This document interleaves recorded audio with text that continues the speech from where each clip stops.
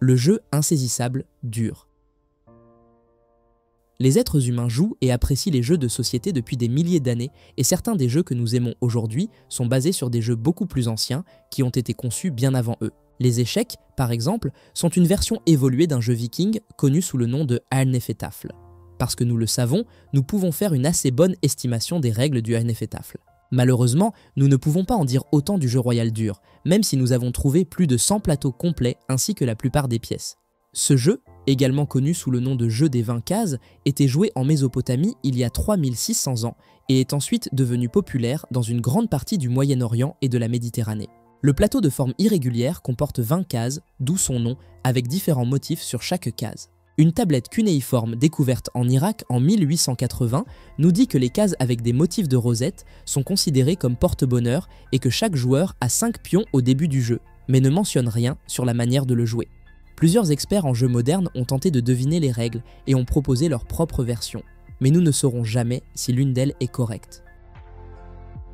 Muraille d'Orléans. À la mi-2023, au cœur des montagnes de la Géorgie, une découverte inattendue a changé le cours des études archéologiques dans la région.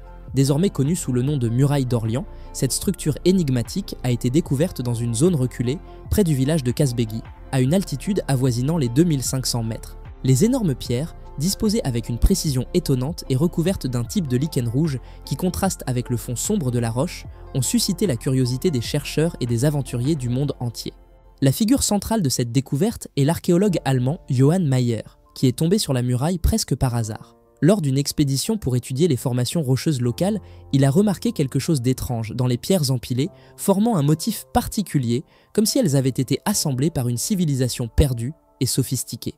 Au début, il pensait qu'il s'agissait simplement d'une formation naturelle curieuse, mais en s'approchant, il a vu que les pierres avaient des angles parfaitement sculptés et étaient reliées par des joints presque invisibles, une technique qui, selon lui, rivaliserait avec la précision des constructions incas ou égyptiennes. La muraille d'Orléans possède un mystère qui va au-delà de sa construction. Au centre de la structure, il y a une porte fausse, une sorte d'ouverture sculptée qui ne mène nulle part comme une entrée symbolique vers l'inconnu. Meyer suggère que cette porte pourrait représenter un portail spirituel, un type de passage vers un autre monde selon les croyances des anciens peuples. Il existe des preuves que ces populations pratiquaient des rituels en hommage aux dieux des montagnes et aux forces de la nature, mais les significations précises se sont perdues avec le temps. Un autre mystère réside dans la couleur rougeâtre qui couvre des parties de la muraille. À première vue, cela semble être de la peinture, mais des études préliminaires ont révélé qu'il s'agit d'un type de lichen rare, connu sous le nom d'Orlithium rubrum, qui pousse exclusivement sur des surfaces minérales d'une extrême ancienneté et dans des conditions de forte humidité et d'altitude. La science ne comprend pas encore complètement le développement de ce lichen qui semble avoir une symbiose avec la roche et en même temps contribue au caractère mystique du lieu. Selon les tests au carbone, le lichen pourrait avoir plus de 3000 ans, ce qui suggère que la muraille elle-même est encore plus ancienne. L'équipe de Mayer a également trouvé des outils rudimentaires à proximité faits d'obsidienne et de silex, mais ce qui a attiré l'attention, c'est l'absence de tout vestige de mortier ou d'autres matériaux de liaison entre les pierres. Cela indique que les constructeurs de cette structure maîtrisaient une technique avancée de coupe et d'assemblage des pierres, dont l'origine est encore inconnue. Les chercheurs pensent que les anciens habitants de la région possédaient peut-être une connaissance sophistiquée de l'ingénierie qui s'est complètement perdue au fil des siècles. Les théories sur la muraille d'Orléans se multiplient. Certains spécialistes pensent qu'elle pourrait être une partie d'une ancienne forteresse, une défense naturelle contre les envahisseurs. D'autres suggèrent que le site était un centre spirituel, où les anciens se rassemblaient pour réaliser des cérémonies sacrées. Certains théoriciens plus audacieux vont jusqu'à suggérer qu'il pourrait s'agir d'une construction laissée par une civilisation inconnue et très avancée, peut-être originaire d'une culture pré-caucasienne perdue. Aujourd'hui, la muraille d'Orléans attire touristes, mystiques et chercheurs, tous fascinés par l'atmosphère du lieu et par la sensation de se retrouver face à quelque chose de bien plus ancien et profond que l'histoire conventionnelle ne le rapporte. Au fur et à mesure que de nouvelles fouilles et études sont menées, on espère découvrir davantage de secrets de cette structure mystérieuse. La muraille contient-elle un message des anciens peuples, ou est-ce simplement une preuve oubliée de techniques qui défient notre compréhension moderne? Le fait est qu'avec ses immenses pierres et son lichen rouge vif, la muraille d'Orléans demeure l'un des plus grands mystères archéologiques du Caucase. Une relique d'un temps qui, bien que perdue, résonne encore dans les montagnes de la Géorgie. Nous aimerions savoir ce que vous pensez de ce sujet mystérieux. Faites-le nous savoir dans les commentaires. Momie à deux têtes. Voici une étrange momie qui a été cachée au public pendant plus de 100 ans avant d'être enfin photographiée en juin 2018. C'est une chose vraiment déroutante à regarder. Le corps a 2 têtes, l'une appartenant à une femme humaine et l'autre à un crocodile. Les restes sont d'origine égyptienne mais ont été apportés en Turquie au milieu du 19e siècle puis enfermés au palais de Topkapi à Istanbul. La légende raconte que les restes humains sont ceux d'une princesse égyptienne qui a été tuée par un crocodile. Les corps de la princesse et du crocodile ont ensuite été combinés et enterrés dans l'espoir qu'elle vive comme un crocodile dans l'au-delà. On ne sait pas vraiment pourquoi quelqu'un souhaiterait ce sort pour elle. Personne ne sait pourquoi cette étrange création a été emmenée en Turquie, mais on pense qu'elle a été cachée pour ne pas alarmer le public. Nous ne saurons jamais si l'histoire de la princesse et du crocodile est vraie ou non. Cela pourrait simplement avoir été une façon pour les gens de tenter d'expliquer une découverte autrement totalement inexplicable. Complexe de temples énigmatique. Un projet de construction dans l'est du Mexique a dû être interrompu en 2013 après la découverte accidentelle d'un ancien temple. Lorsque les archéologues se sont rendus sur les lieux, l'ampleur de la découverte est devenue évidente. Ce complexe vieux de 2000 ans semble contenir les ruines d'une ancienne pyramide ainsi que les restes de 30 personnes accompagnées d'animaux sacrifiés, de figurines en argile, de miroirs et d'objets funéraires en jade. Les experts disent que la pyramide semble avoir été construite au cours du 1er siècle et que la dernière des personnes enterrées là a été inhumée 600 ans plus tard. Jusqu'à présent, il a été impossible de dire à quelle croyance ou culture appartenait l'une de ces personnes ou qui aurait pu construire la pyramide. Fait intéressant, ces personnes pourraient avoir eu une certaine connaissance du monde ancien. Elles semblent certainement avoir délibérément collecté des fossiles. Des dents de dinosaures ont été trouvées dans 2 des tombes. Les figurines ont un aspect maya, mais la poterie est plus conforme à celle qui a été trouvée à Teotihuacan, une ville d'origine inconnue. Regardons-nous les restes de personnes appartenant à l'espèce qui a construit Teotihuacan, ou s'agit-il d'une autre culture ancienne sud-américaine non identifiée? Le chapeau d'or de Schifferstadt.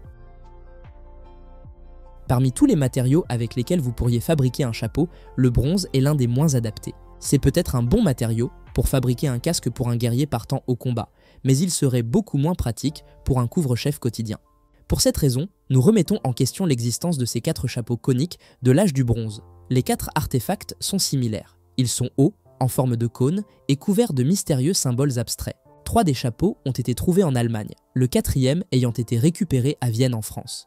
Le plus ancien a environ 3400 ans, tandis que le plus récent a été fabriqué il y a environ 2800 ans.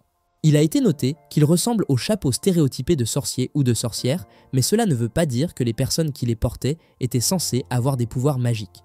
Le plus richement décoré d'entre eux est le chapeau d'or de Schifferstadt, nommé d'après le lieu où il a été trouvé en Allemagne en 1835, qui est couvert de bandes, de formes de disques et de représentations de l'œil humain. Comme les autres, il est fabriqué en bronze avec une couche de dorure. Personne ne sait qui a fabriqué ou porté ces chapeaux, ni pourquoi ils sont si rares. Le sarcophage de Mayence. Lorsqu'un sarcophage ancien a été ouvert à Mayence en Allemagne en juin 2019, les archéologues ont dû faire face à une course contre la montre. Le cercueil avait été scellé pendant 1000 ans et dès qu'il s'est ouvert et a été exposé à l'air frais, son contenu a immédiatement commencé à se désintégrer. Si les experts voulaient avoir une chance d'identifier la personne à l'intérieur, ils devaient agir rapidement. C'est pourquoi l'opération a mis des mois à être planifiée. Malheureusement pour eux, il semble que celui qui a enterré cette personne ne voulait pas qu'elle soit identifiée. Lorsque la personne a été placée dans le sarcophage, elle a été recouverte de chaux vives, probablement dans le but d'accélérer le processus de décomposition. Cela signifiait qu'il restait si peu que les scientifiques n'ont même pas pu identifier dedans. Ils ont pu déterminer que l'occupant était un homme, mais c'est à peu près tout ce qu'ils savent jusqu'à présent. C'était une déception pour beaucoup de gens qui espéraient obtenir la confirmation qu'il s'agissait des restes d'Erkenbald, un ancien archevêque de Mayence décédé en 1021. La présence d'un chapeau d'évêque à l'intérieur du cercueil rend cela encore hautement possible, voire probable. Mais cette dernière pièce de preuve solide reste malheureusement hors de portée. Momie péruvienne. Des millions de personnes dans le monde entier croient que notre planète a été visitée par des extraterrestres par le passé, et des découvertes comme celle-ci encouragent leurs croyances. Il s'agit d'une prétendue momie extraterrestre qui a été trouvée au Pérou en 2018, et même si elle n'est pas d'origine extraterrestre, elle pourrait être les restes d'une espèce humaine encore inconnue. Cette seconde possibilité semble peu probable car la momie a seulement environ 1800 ans. Des études menées par des chercheurs britanniques ont révélé que la composition génétique de la momie est de 98,5% de primates et 1,5% inconnus. Bien que cela puisse sembler lourdement primate, c'est très proche de la composition génétique des humains. Contrairement à l'humain moyen, cependant, cette momie a 3 doigts à chaque main et une tête allongée, du type souvent décrit par les personnes affirmant avoir rencontré des extraterrestres lors d'enlèvements. Lorsque l'on considère également les longs orteils, l'absence d'oreilles et les crêtes dermiques horizontales proéminentes, elles semblent de moins en moins humaines. L'origine et la véritable nature de la momie restent inexpliquées, et les recherches se poursuivent. Rituel de la civilisation maya. Si vous étiez membre de la civilisation maya, vous deviez donner votre sang, votre sueur et vos larmes aux dieux. Et nous le disons littéralement. En 2018, des archéologues et des chercheurs ont terminé une étude de pointes de flèches vieilles de 500 ans trouvées dans un temple maya au Guatemala et sont parvenus à une conclusion surprenante. Toutes les pointes de flèches étaient couvertes de sang humain mais ne semblaient pas avoir été tirées au combat. Au lieu de cela, les armes tranchantes, faites de verre volcanique noir, étaient probablement utilisées dans d'anciens rituels de saignée. Les archéologues croient que les gens étaient percés par les lobes d'oreilles, la langue et peut-être même leurs organes génitaux afin que leur sang se répande et donne vie aux divinités qu'ils adoraient. Les blessures n'auraient pas été mortelles et les gens subissaient probablement volontairement cette épreuve plusieurs fois au cours de leur vie.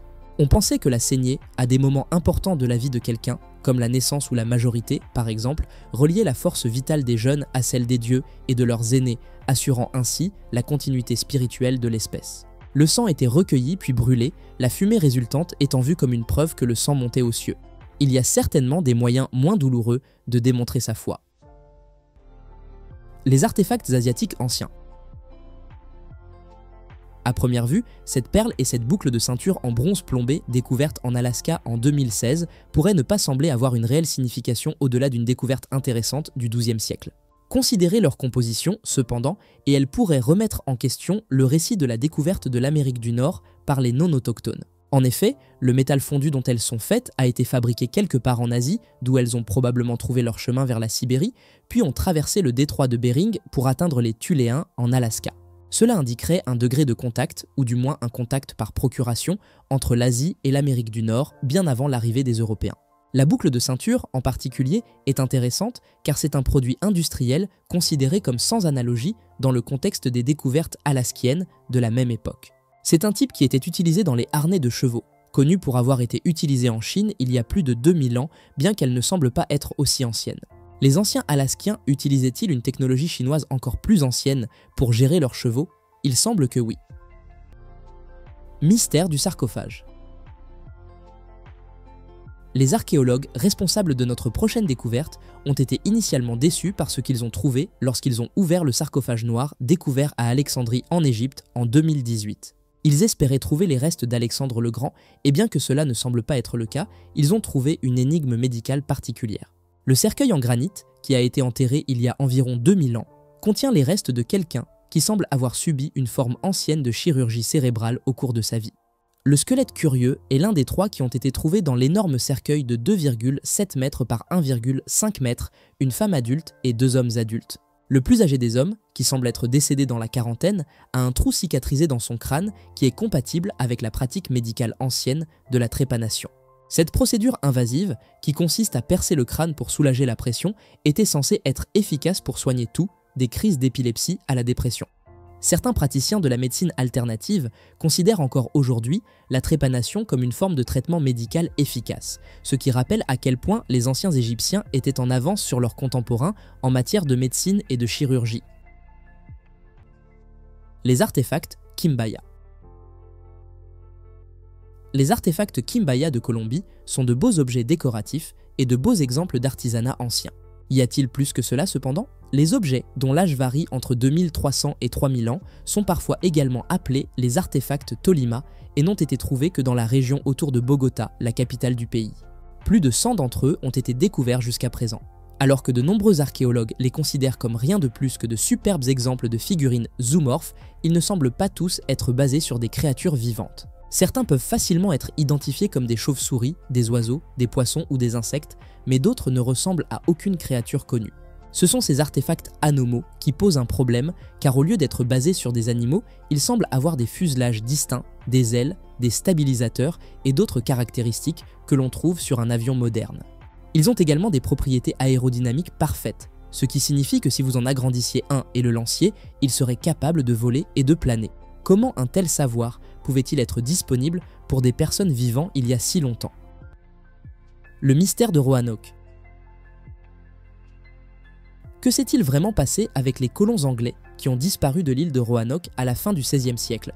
Cela a fait l'objet de nombreuses fictions et même de quelques films d'horreur, mais depuis février 2020, nous pourrions nous rapprocher d'une réponse définitive grâce aux travaux archéologiques en cours sur 2 sites différents en Caroline du Nord aux États-Unis.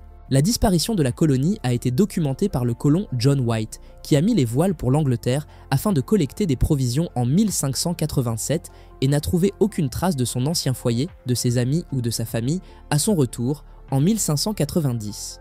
Ils n'ont jamais été revus. Les nouvelles preuves suggèrent que pour des raisons inconnues, les colons ont déménagé plus à l'intérieur des terres et se sont assimilés à 2 communautés amérindiennes, l'une sur l'île de Hatteras et l'autre à environ 80 km au nord-ouest du site de Roanoke. Une bague sigillaire en or et la garde d'une épée légère du XVIe siècle ont été trouvés sur ce dernier site, tandis qu'un lingot de cuivre et une barre de fer ont été trouvés sur l'île de Hatteras, tous deux étant supposés d'origine européenne.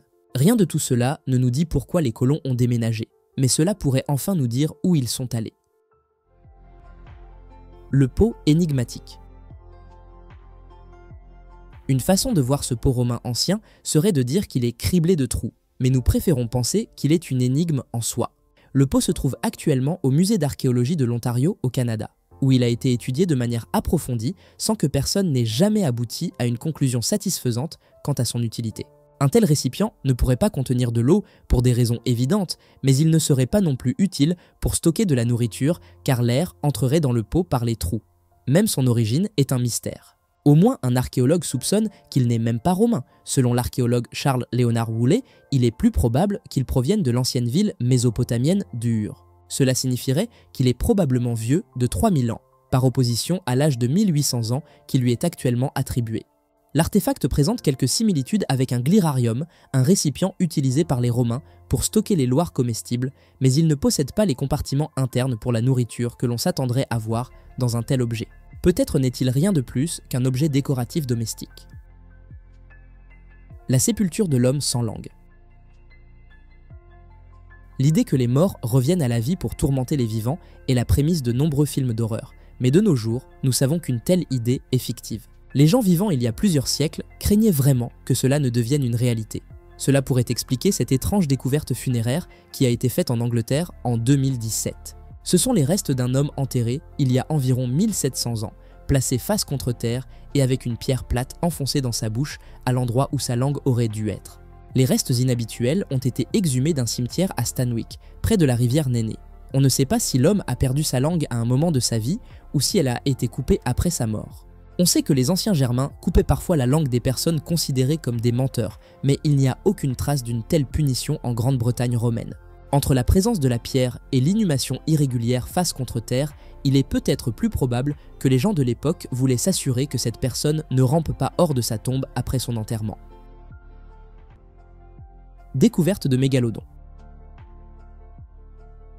En ce moment, des paléontologues dans le Dakota du Nord aux États-Unis excavent ce qui a été décrit comme un cimetière de créatures préhistoriques et de dinosaures qui seraient présumés être des victimes de l'astéroïde qui a frappé la Terre il y a des millions d'années et a tué leurs espèces. La majorité des créatures sur le site semblent être mortes ensemble il y a environ 66 millions d'années. La découverte la plus remarquable faite sur le site jusqu'à présent est les restes d'un mégalodon de 30 mètres de long avec un poids estimé à 35 tonnes.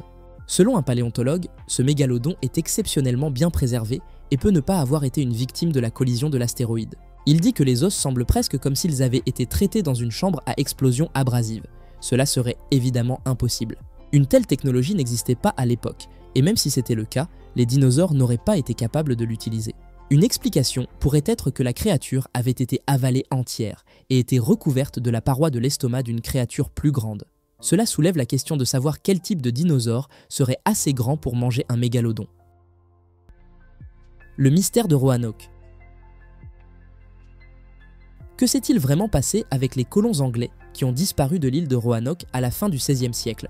Cela a fait l'objet de nombreuses fictions et même de quelques films d'horreur, mais depuis février 2020, nous pourrions nous rapprocher d'une réponse définitive grâce aux travaux archéologiques en cours sur 2 sites différents en Caroline du Nord aux États-Unis. La disparition de la colonie a été documentée par le colon John White, qui a mis les voiles pour l'Angleterre afin de collecter des provisions en 1587 et n'a trouvé aucune trace de son ancien foyer, de ses amis ou de sa famille à son retour en 1590. Ils n'ont jamais été revus. Les nouvelles preuves suggèrent que pour des raisons inconnues, les colons ont déménagé plus à l'intérieur des terres et se sont assimilés à 2 communautés amérindiennes, l'une sur l'île de Hatteras et l'autre à environ 80 km au nord-ouest du site de Roanoke. Une bague sigillaire en or et la garde d'une épée légère du XVIe siècle ont été trouvés sur ce dernier site, tandis qu'un lingot de cuivre et une barre de fer ont été trouvés sur l'île de Hatteras, tous deux étant supposés d'origine européenne. Rien de tout cela ne nous dit pourquoi les colons ont déménagé, mais cela pourrait enfin nous dire où ils sont allés. Le tombeau d'Alexandre le Grand. Essayer de localiser le tombeau d'Alexandre le Grand en Égypte a été une obsession de toute une vie pour des générations d'archéologues. Mais Kalliope Limneos Papacosta pourrait être plus proche de le trouver que quiconque ne l'a jamais été. Après 14 ans de recherche, l'archéologue grec a trouvé une magnifique statue hellénistique ancienne dans les jardins de Chalalat à Alexandrie en 2012. La statue est supposée être une représentation d'Alexandre lui-même. Elle a pris cela comme un signal pour continuer à creuser et en 2019, elle et son équipe ont découvert les anciens quartiers royaux d'Alexandrie à 10 mètres sous la surface de la ville actuelle. Les fondations d'Alexandrie ont finalement été trouvées. L'ancien empereur et pharaon a été initialement enterré dans la ville de Memphis, mais a ensuite été déplacé dans la ville qui porte son nom. Ce fut une mauvaise décision. La ville a été frappée par un tsunami il y a 2300 ans, et les fondations imbibées d'eau de la ville ont coulé à un rythme d'1/4 de centimètre par an. Cela ne semble peut-être pas beaucoup, mais lorsqu'Alexandre est arrivé, elle avait déjà coulé de plus de 3,6 mètres et elle a continué à couler. De nouveaux bâtiments ont été construits au-dessus des anciens, et tout ce qui était en dessous a été perdu et oublié. Le tombeau est là quelque part, et il ne peut sûrement pas être loin du quartier royal nouvellement exposé. Découverte de dents anciennes. Les découvertes archéologiques les plus importantes sont celles qui ont le potentiel de changer complètement notre compréhension de l'histoire. Cette description peut être appliquée à 2 dents trouvées dans le sud-ouest de l'Allemagne en octobre 2017. Ce sont des dents de singe et elles remettent en question notre compréhension de l'histoire humaine et de l'évolution. C'est parce qu'elles ont 9 700 000 ans. Les dents sont une canine et une molaire supérieure, et elles ressemblent étroitement à celles trouvées dans les restes des grands singes qui parcouraient l'Afrique entre 2 et 5 millions d'années, la différence évidente étant qu'elles sont beaucoup plus anciennes. On pense que ces singes africains sont des parents très anciens des premiers humains, et donc leur apparition en Allemagne contredit l'idée bien établie que la vie humaine a commencé en Afrique. La découverte est tellement anormale que certains paléontologues hésitent à confirmer qu'elles sont définitivement d'origine hominoïde, mais il y a plus d'experts qui le confirment que d'experts qui ne le font pas. La vie humaine est-elle originaire d'Europe plutôt que d'Afrique? Il faudrait plus de preuves pour confirmer cette idée, mais c'est certainement une possibilité. Mystère de l'autel du serpent. Nous savons que nos ancêtres anciens vénéraient de nombreuses créatures différentes comme des dieux il y a des milliers d'années. Cela signifie-t-il que cet autel du serpent découvert à Patara en Turquie en octobre 2020 est la preuve d'une société ancienne de adorateurs de serpents? Probablement pas, mais l'histoire qui se cache derrière est tout de même intéressante. Patara est une ancienne ville gréco-lycienne dont l'histoire remonte à des milliers d'années. L'autel dit du serpent a environ 2000 ans. Il a été trouvé dans une zone non loin des thermes romains récemment découverts et est couvert d'inscriptions grecques. C'est le premier autel de ce type découvert à Patara, mais il ressemble à un autre autel trouvé il y a quelque temps à Mugla. Alors que certaines personnes ont peur des serpents, les personnes qui ont fabriqué cet autel étaient probablement familières avec les espèces locales, qui étaient amicales et inoffensives. Les experts pensent qu'il s'agissait probablement d'un totem agricole, sur lequel des morceaux de pain et de viande étaient laissés en offrande aux dieux. Les symboles de serpents sont souvent associés à l'agriculture dans la mythologie grecque et romaine ancienne, mais les raisons ne sont pas encore entièrement comprises. C'est un mystère que les archéologues du futur devront résoudre. Tigre à dents de sabre.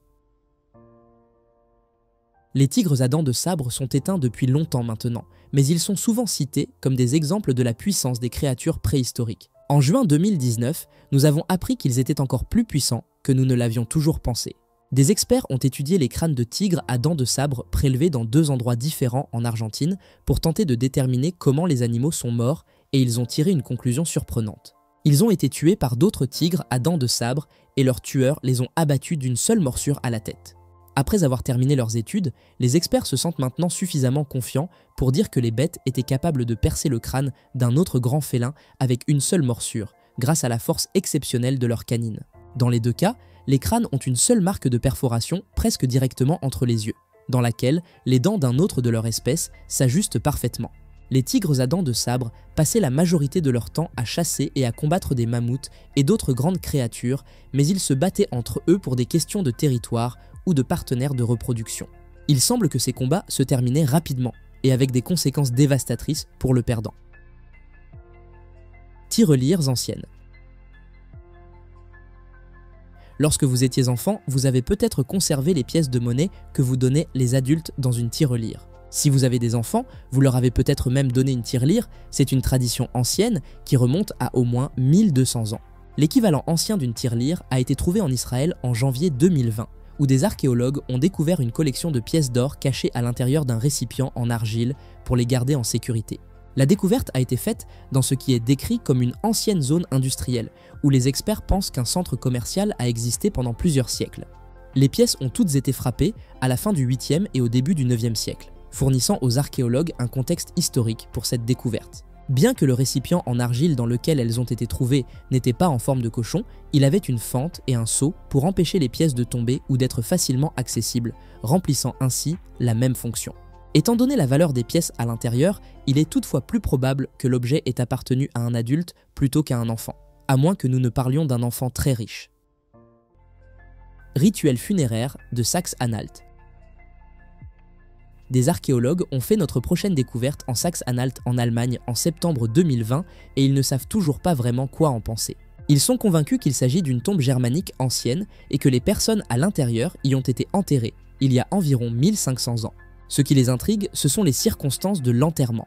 Ils pensent que cela pourrait être la preuve d'un ancien culte ou d'une secte. Les squelettes de 6 femmes sont disposés en formation circulaire autour d'un chaudron au milieu de la tombe, qui est censé contenir les restes incinérés d'un chef ou d'un seigneur tribal. Ailleurs dans la tombe se trouvent les ossements d'animaux sacrifiés et une grande quantité d'or. La tombe a été décrite comme ayant une atmosphère presque décadente. L'identité du propriétaire de la tombe est inconnue, mais rien de tel n'a jamais été trouvé auparavant en Allemagne. Les experts n'auraient peut-être jamais trouvé cette tombe si elle n'avait pas été accidentellement ouverte lors de la construction d'un nouveau poulailler dans la région. Les femmes étaient-elles des épouses ou des servantes de la personne dans le chaudron en bronze? Étaient-elles vivantes lorsque la tombe a été scellée? Nous ne le saurons peut-être jamais. Découverte surprenante d'un potager. Parce qu'Adolf Hitler était un tel monstre, l'un des êtres humains les plus vils qui ait jamais vécu, il est difficile de l'imaginer appréciant un passe-temps tranquille et agréable comme le jardinage. Néanmoins, il semble que c'était le cas. Une équipe d'archéologues a passé la fin de 2019 à fouiller son ancien quartier général de la Wolfschanz en Pologne et ils ont trouvé les restes de son potager. Hitler a passé une grande partie des 2 dernières années de la guerre à la Wolfschanz, mais a été contraint de l'abandonner en janvier 1945 alors que les forces soviétiques avançaient sur sa position. Le jardin est à moins de 900 mètres du bunker du dictateur nazi et contient des serres, une maison de jardinier et une chaufferie qui assuraient des conditions suffisamment chaudes pour continuer à cultiver les légumes préférés de Hitler toute l'année. Hitler était un végétarien strict, donc avoir un potager près de son logement a du sens, mais cela faisait également partie de sa stratégie pour éviter le risque d'empoisonnement en contrôlant totalement l'origine de ses repas. Cette découverte survient 2 ans après que le téléphone rouge peint de Hitler ait été déterré sur le site. Il a été vendu aux enchères pour près d'1/4 de million de dollars. Découverte au château de Nowy Sącz. Le château de Nowy Sącz en Pologne a été construit pour la famille royale du pays au XIVe siècle, mais en juin 1941, il a été saisi par les envahisseurs nazis et transformé en caserne. Depuis la fin de la guerre, on a supposé que rien d'autre que des soldats et des munitions n'y étaient gardés, mais une fouille archéologique en juin 2020 a changé cette opinion. Un coffre au trésor datant de la Seconde Guerre mondiale a été trouvé sur le site et à l'intérieur du coffre, un ensemble de plus de 100 objets en argent fin. Cela pourrait ne pas sembler étrange à découvrir dans un château royal, mais ces pièces en argent ne proviennent pas de la collection royale. La majorité d'entre elles sont des objets ménagers, comme des couverts ou des gobelets, et semblent être de conception juive. La théorie actuelle est que les nazis les ont volés aux juifs vivant dans la région autour du château et les ont ensuite enterrés dans le coffre pour les garder en sécurité. Le château a été attaqué et détruit par les forces polonaises en 1945, donc les nazis n'ont jamais eu la chance de revenir et de récupérer leurs gains mal acquis. Il est possible que d'autres biens volés aient été conservés dans ou autour des terrains du château, et les fouilles archéologiques sur le site se poursuivent. Princesse guerrière. Être une femme n'excluait personne de devenir guerrière dans la Sibérie ancienne et être adolescente non plus. Des archéologues ont découvert pour la première fois les restes d'une guerrière amazone momifiée dans la République de Touva en 1988, mais à l'époque, ils ne pouvaient que l'identifier comme étant de sexe féminin. Ce n'est qu'en juin 2020 qu'il est devenu possible de déterminer l'âge de cette guerrière amazone et les experts ont été choqués de découvrir qu'elle n'avait que 13 ans. Malgré sa jeunesse, elle devait être une guerrière respectée. Elle a été enterrée avec une hache, un arc et une gamme de flèches fabriquées en os, en bois et en bronze. Elle était vêtue d'un manteau de fourrure à double boutonnage avant d'être déposée dans un cercueil en bois. Bien que le processus de momification n'ait pas été parfait, son corps était suffisamment bien conservé pour qu'une grande verrue sur son visage reste clairement visible même après 2600 ans dans sa tombe. Cette jeune guerrière amazone est la pièce maîtresse de la preuve de l'existence d'une tribu de femmes guerrières vivant parmi les Scythes de la région d'Asie centrale à l'époque ancienne. Les origines de la vie animale. Si vous suivez la théorie de l'évolution jusqu'à sa conclusion logique, tous les animaux doivent avoir eu un ancêtre commun. En mars 2020, des scientifiques ont annoncé qu'ils pensent avoir identifié cette créature et ce n'est pas une belle découverte. C'est un ver primitif vieux de 555 millions d'années avec une tête, une queue et des côtés symétriques clairement définis. Une façon simpliste de voir les humains est de les considérer comme un simple tube digestif enveloppé de chair. Ces vers pourraient être décrits de la même manière. Il serait toutefois plus précis de le décrire comme un bilatérien, et son fossile a été trouvé à l'intérieur d'un morceau de roche extrait des profondeurs du sol en Australie. Le fossile n'est pas plus grand qu'un grain de riz et ne pouvait être vu ou étudié clairement avant d'être traité avec un scanner laser 3D.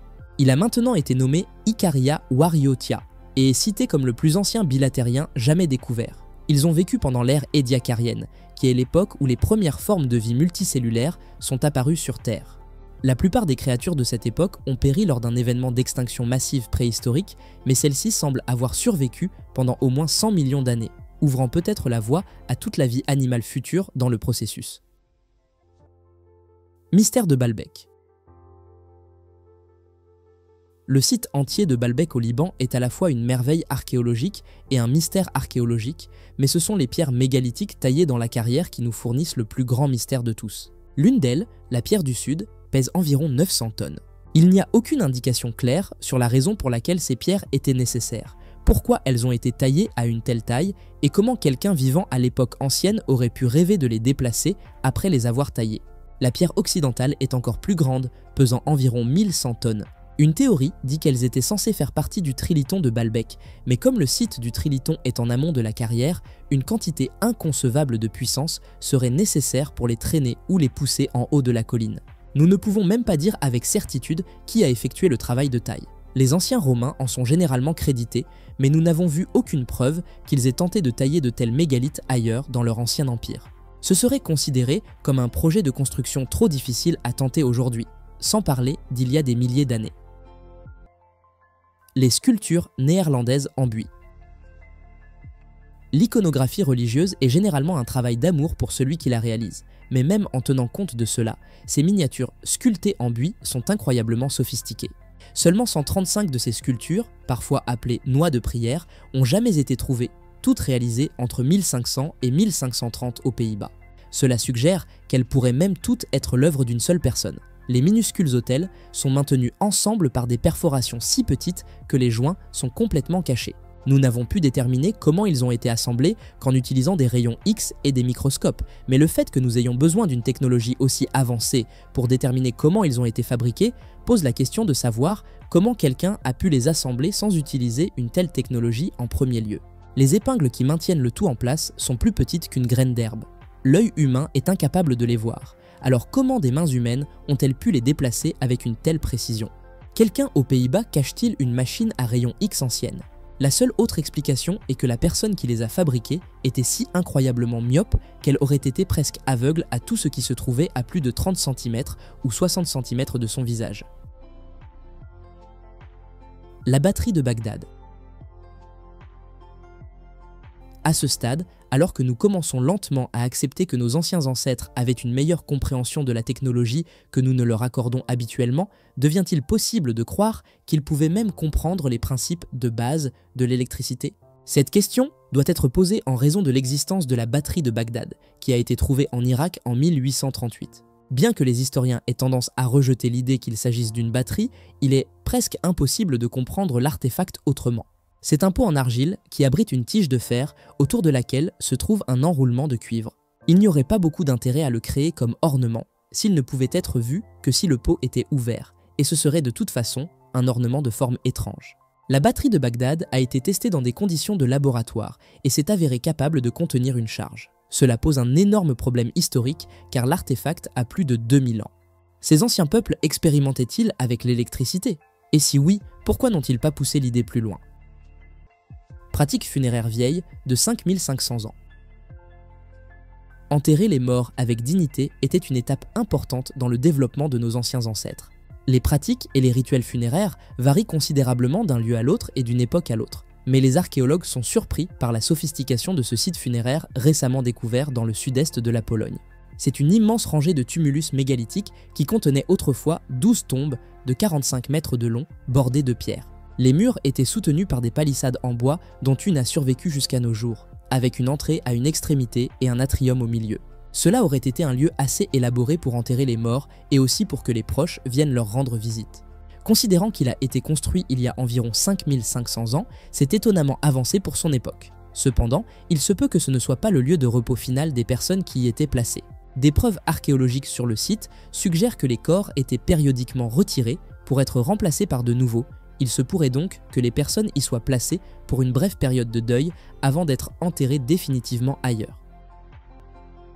La tête Tekaxique Calixtlahuaca. Certains croient que les Romains ont visité les Amériques dans les temps anciens. Pour appuyer cette théorie, nous présentons la tête Tekaxique Calixtlahuaca. Cette sculpture de tête a été enterrée au Mexique vers l'année 1470, probablement juste avant l'arrivée de Christophe Colomb en Amérique dans le cadre d'une tombe. Tous les autres objets trouvés à l'intérieur de la tombe étaient typiques de l'époque et du type de sépulture, mais cette tête ne l'était pas. En fait, la seule chose à laquelle cette tête pourrait être comparée est le style de sculpture qui était autrefois populaire dans la Rome antique. Même le visage sur la sculpture semble être plus de style européen qu'amérindien. La tête a été trouvée par l'archéologue José Garcia Payón en 1933 sous une pyramide, mais cela l'a tellement choqué qu'il ne l'a révélée au monde qu'en 1960. En 2001, Romeo Christophe de l'Université du Nouveau-Mexique a confirmé que la tête est définitivement romaine et a probablement été fabriquée au cours du IIe siècle. Cela soulève la question de savoir comment elle s'est retrouvée au Mexique à l'époque précolombienne. Les Vikings l'ont-ils apportée ici lorsqu'ils ont visité les Amériques ou les Romains y étaient-ils aussi autrefois? Sismographe ancien. Il serait très utile de savoir quand les tremblements de terre arrivent. Les zones pourraient être évacuées avant qu'un désastre ne se produise et d'innombrables vies pourraient être sauvées.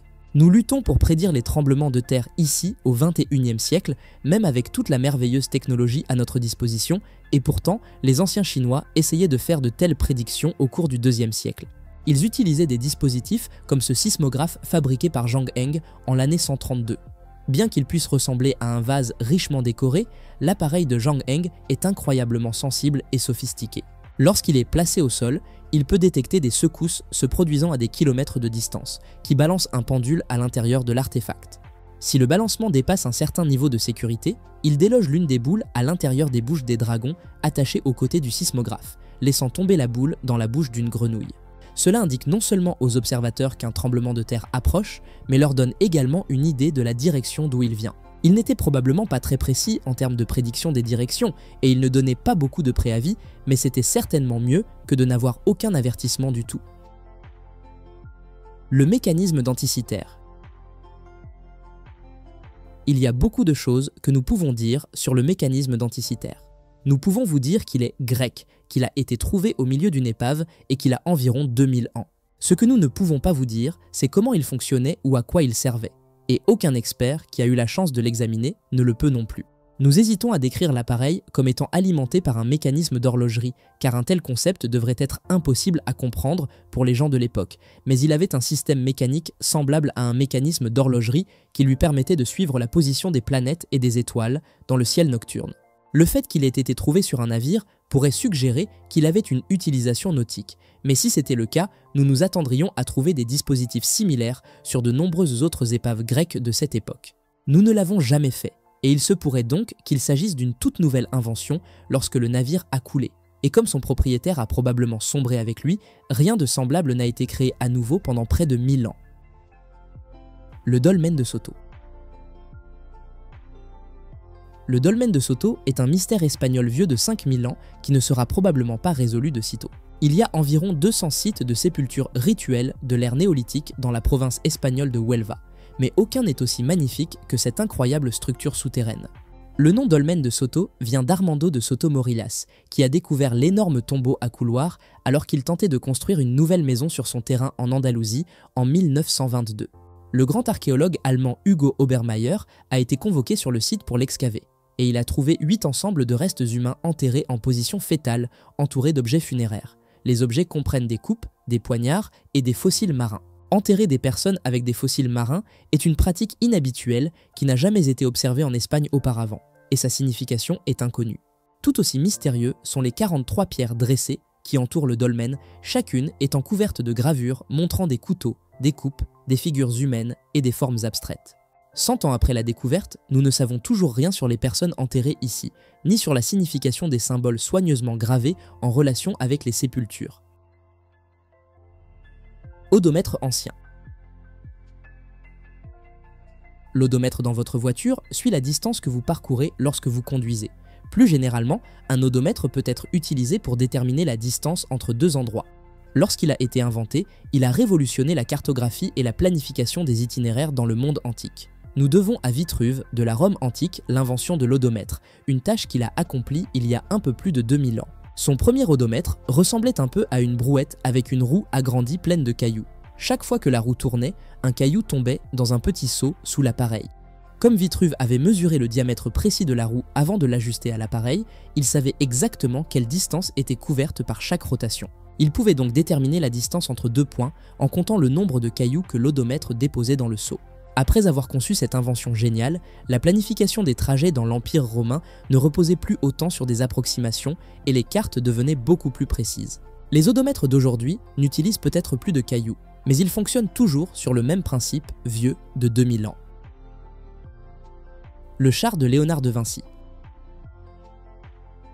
Le maître de la Renaissance italienne, Léonard de Vinci, peut prétendre avoir le plus grand esprit de l'histoire humaine.